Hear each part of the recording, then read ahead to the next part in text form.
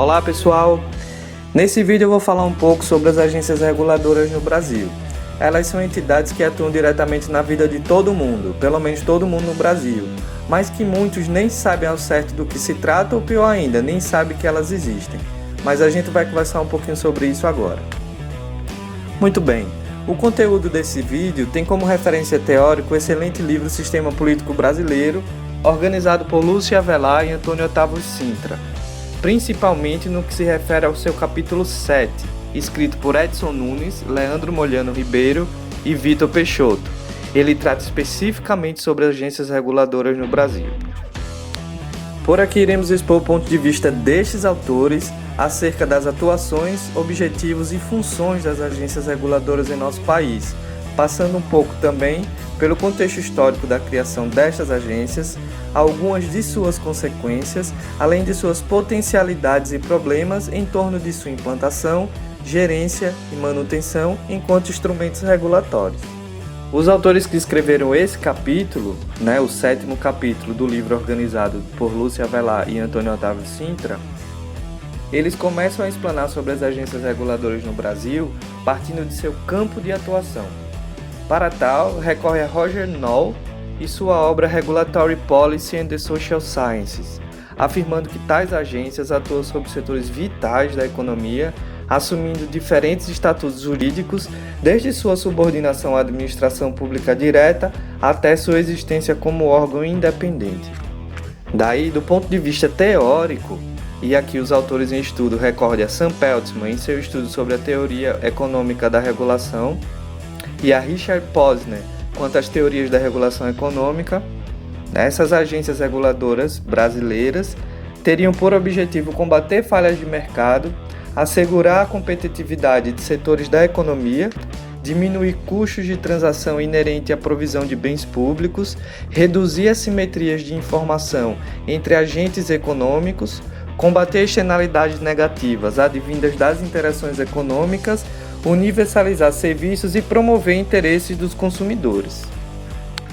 Já quanto às suas funções, Nunes, Ribeiro e Peixoto explicam que as agências reguladoras exercem funções típicas dos três poderes que compõem nosso desenho institucional, tais como a concessão e a fiscalização de atividades e direitos econômicos, prerrogativas do Poder Executivo, edição de normas, regras e procedimentos com força legal, sob o setor de sua atuação, que são prerrogativas do Legislativo, e também julgar, impor penalidades, interpretar contratos e obrigações entre agentes econômicos, que, por sua vez, são prerrogativas do Poder Judiciário.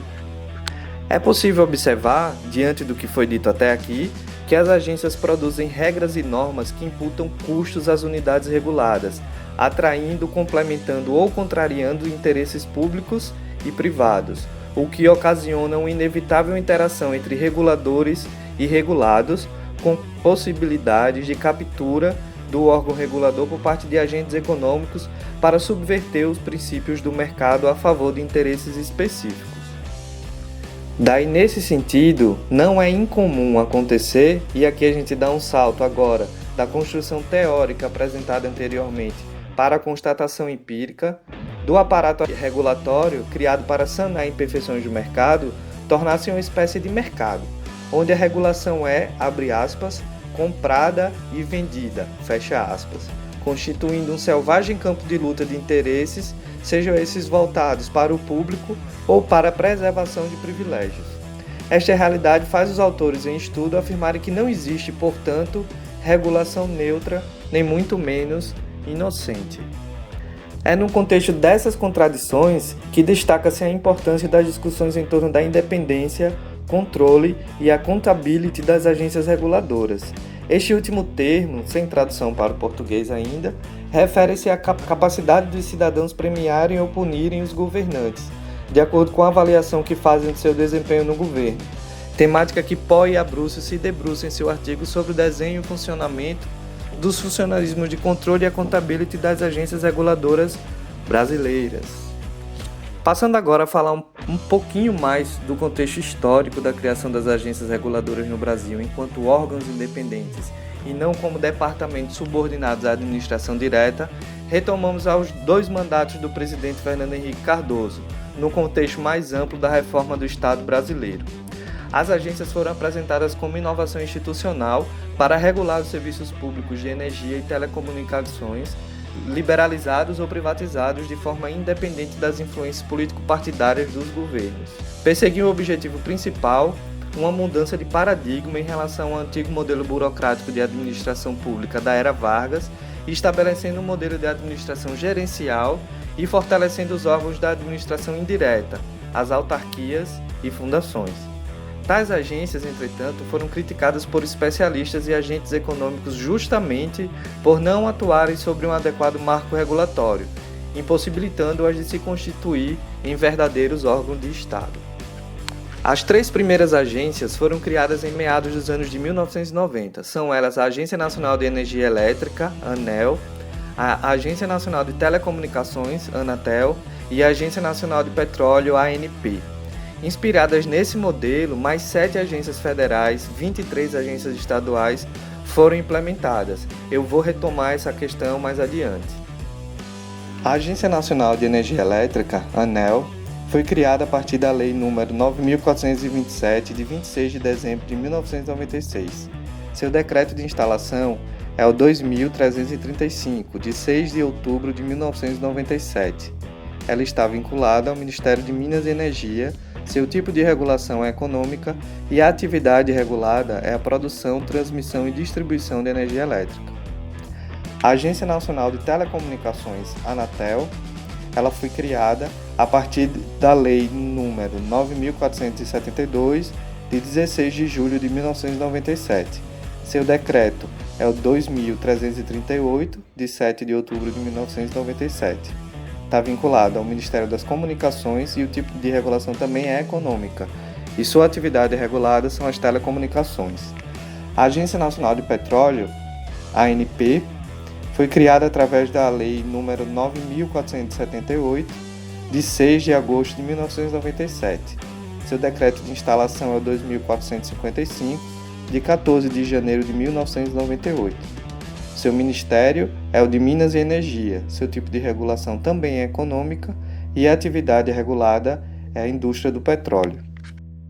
O marco legal dos novos entes reguladores, por sua vez, só chegaria no dia 31 de maio do ano de 1996, através do CRE, o Conselho de Reforma do Estado, que recomendava autonomia e independência decisória, ampla publicidade de normas, procedimentos e ações, celeridade processual e simplificação das relações entre consumidores e investidores, participação de todas as partes interessadas no processo de elaboração de normas regulamentares, em audiências públicas e limitação da intervenção estatal na prestação de serviços públicos aos níveis dispensáveis à sua execução. Todas essas recomendações deveriam promover a competitividade dos seus respectivos mercados, além de garantir o direito de consumidores e usuários dos serviços públicos, estimular o investimento privado, buscar qualidade e segurança dos serviços a menores custos possíveis para esses usuários, assegurar a remuneração adequada dos investimentos realizados nas empresas prestadoras de serviço, dirimir conflitos entre consumidores e empresas prestadoras e prevenir abusos de poder econômico por parte dos agentes prestadores de serviços públicos. É possível ver que os desafios eram grandes. Assim, para cumprir com estes objetivos e também para garantir a autonomia financeira destes novos órgãos reguladores, o Conselho de Reforma do Estado recomendou também a organização destas agências sob forma de autarquia, o que garantiria sua independência e autonomia decisória através de rito próprio. O rito é mais ou menos o seguinte: nomeação dos dirigentes após aprovação pelo Senado Federal, instituição de um processo decisório colegiado, dedicação exclusiva dos dirigentes, uso do critério de mérito e competência profissional, era vedada a representação corporativa para recrutamento dos dirigentes, perda de mandato somente em virtude de decisão do próprio Senado Federal e perda automática de mandato de membro do colegiado por não comparecimento às reuniões. Seu caráter participativo também era previsto através de audiências públicas, com a participação de usuários, consumidores e investidores na elaboração de normas ou soluções de controvérsias relativas à prestação de serviços, e vedação de decisões tomadas com base exclusiva em informações trazidas por interessados, devendo o ente regulador buscar fontes independentes como consultorias técnicas do Brasil e do exterior. Historicamente, a ANEEL foi a primeira agência reguladora independente criada no Brasil, inaugurando uma figura jurídica inédita na administração pública federal indireta, a autarquia especial. Tal adjetivação foi uma forma encontrada para aumentar a autonomia da agência, principalmente financeira, sem infringir o direito administrativo brasileiro. Posteriormente, discute-se a autonomia das outras agências, sempre com discussões intensas. O desenho institucional e a autonomia das agências são sintetizados por Marcos André Mello em seu artigo intitulado As Agências Reguladoras, Gênese, Desenho Institucional e Governança, exatamente da seguinte forma. Numa primeira parte a gente vê a autonomia e estabilidade dos dirigentes, onde se apresentam mandatos fixos, mandatos não coincidentes, estabilidade dos dirigentes, aprovação pelo Poder Legislativo mediante arguição, pré-requisitos quanto à qualificação dos dirigentes. Numa outra aba, a gente pode observar a questão da independência financeira, funcional e gerencial, no qual se apresenta a autarquia especial sem subordinação hierárquica, última instância de recursos no âmbito administrativo, delegação normativa, ou seja, poder de emitir portarias, poder de arbitragem, orçamento próprio e quadro de pessoal próprio. Por último, uma outra aba desse desenho institucional é a transparência, que apresenta ouvidoria com mandato, publicidade de todos os atos e atas de decisão, representação dos usuários e empresas, justificativa por escrito para cada voto e decisão dos dirigentes, audiências públicas e diretoria colegiada.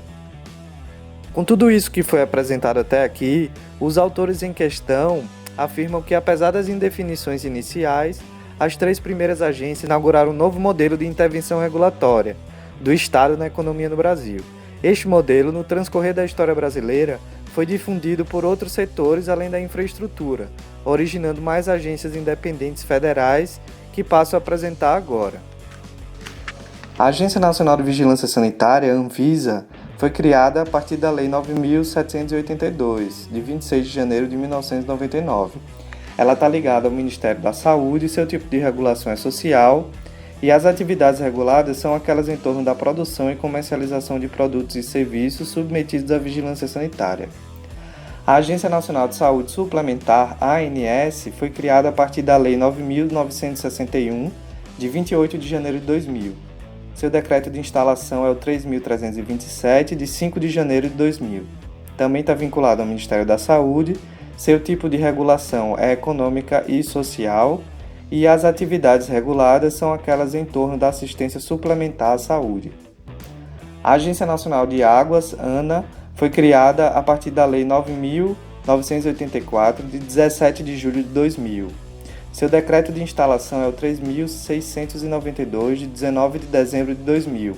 Ela está vinculada ao Ministério do Meio Ambiente. Seu tipo de regulação é socioambiental, e as atividades reguladas são aquelas em torno dos recursos hídricos. Já a Agência Nacional de Cinema, Ancine, ela não foi criada através de uma lei. Ela foi uma medida provisória de número 2.228, datada de 6 de setembro de 2001. Ela está vinculada ao Ministério da Casa Civil, seu tipo de regulação é social, e as atividades reguladas são aquelas em torno da indústria cinematográfica. A Agência Nacional de Aviação, a ANAC, foi criada através da Lei nº 11.182, de 27 de setembro de 2005. Seu decreto de instalação é o 5.731, de 20 de março de 2006. Ela está vinculada ao Ministério da Defesa, seu tipo de regulação é econômica, e as atividades reguladas são aquelas em torno da aviação civil. Mas e aí? No começo desse vídeo eu falei para vocês que a difusão das agências reguladoras alcançou outros níveis da federação. Há inclusive algumas poucas agências municipais, mas aqui eu tratarei apenas do nível estadual e mesmo assim apenas um pouco. Os nossos autores que estão baseando as fundamentações teóricas desse vídeo explicam que a difusão deste modelo, o modelo das agências reguladoras em direção aos estados, ele inicia já em 1997 e que atualmente existem 23 agências estaduais em funcionamento. Esses autores dispõem em anexo um quadro com todas elas. Eu vou deixar o link aqui na descrição do vídeo e qualquer coisa vocês podem baixar esse texto. Ainda sobre as agências reguladoras estaduais, é preciso destacar que elas apresentam algumas peculiaridades, tomando as agências federais como parâmetro. Algumas das suas características e dessas diferenças em relação às agências reguladoras federais é que elas são multissetoriais, com exceção do Estado de São Paulo, que criou 2 agências para regular setores isolados, né? Elas também variam muito em relação às respectivas áreas de atuação, objetivos, estrutura funcional, grau de autonomia e mecanismo de controle. O que por si só já mereceria outro vídeo exclusivamente dedicado ao tema. Os estudos existentes sobre estas agências estaduais geralmente destacam suas fragilidades institucionais pelo fato de terem sido criadas após a privatização de empresas ou serviços públicos e por não gozarem de autonomia em relação aos governos dos estados. Então eu acho que a gente pode, por agora, ir encaminhando um fechamento para esse vídeo, enfatizando que as informações aqui apresentadas elas são um tanto generalizadas e introdutórias. Indiscutivelmente, faz-se necessário mais leituras e pesquisas para aqueles dentre vocês que desejem um maior aprofundamento sobre esse tema. Nesta análise do processo de criação das agências no Brasil, os nossos autores em questão afirmam que faltou uma definição jurídica e institucional nítida para os órgãos reguladores, a fim de estabelecer, por exemplo, padrões de controle social e de relação com a administração direta, e com os poderes legislativo e judiciário, claro, visto que não existe no direito administrativo brasileiro jurisprudência ou normas para lidar com esta nova face da relação entre setor público e sociedade, o que sugere uma vida turbulenta para as agências reguladoras. Por essas questões, concluem os autores, o funcionamento das agências reguladoras é constante objeto de crítica, seja porque o seu escopo de atuação ultrapassa os limites da regulação ao propor e executar políticas públicas dos seus respectivos setores, por conta da politização encontrada na nomeação de presidentes e diretores, ou ainda pela baixa qualidade do atendimento prestado na defesa dos direitos dos usuários e consumidores, nas diversas áreas que atuam. Fatos suficientes são estes para atestar que as agências ainda não cumprem ou não cumpriram satisfatoriamente com seus objetivos e funções. Assim, as agências reguladoras prescindiram até o momento de um verdadeiro regime regulatório amplo, que desse sentido global à nova instância regulatória. Dizem os autores que estas agem independentemente de um marco de referência, exceto os contratos das áreas em que atuam, quando os há, visto que em setores onde não houve privatização, agora também se alojam agências vistas no imaginário administrativo recente como solução para velhos problemas que demandam ação considerada moderna e eficiente. Por fim, consideram os autores, a existência das agências como entidades independentes traz consigo um punhado de problemas relevantes, tais como o da delegação legislativa e o da invasão de territorialidades institucionais, além de várias questões ligadas à legitimidade política no que se refere à sua competência delegada e também de legitimidade substantiva no que se refere a seus procedimentos internos, principalmente aqueles de natureza quase judiciária. Tais problemas podem, em hipótese radical, banalizar esse já não tão novo modelo de agências reguladoras.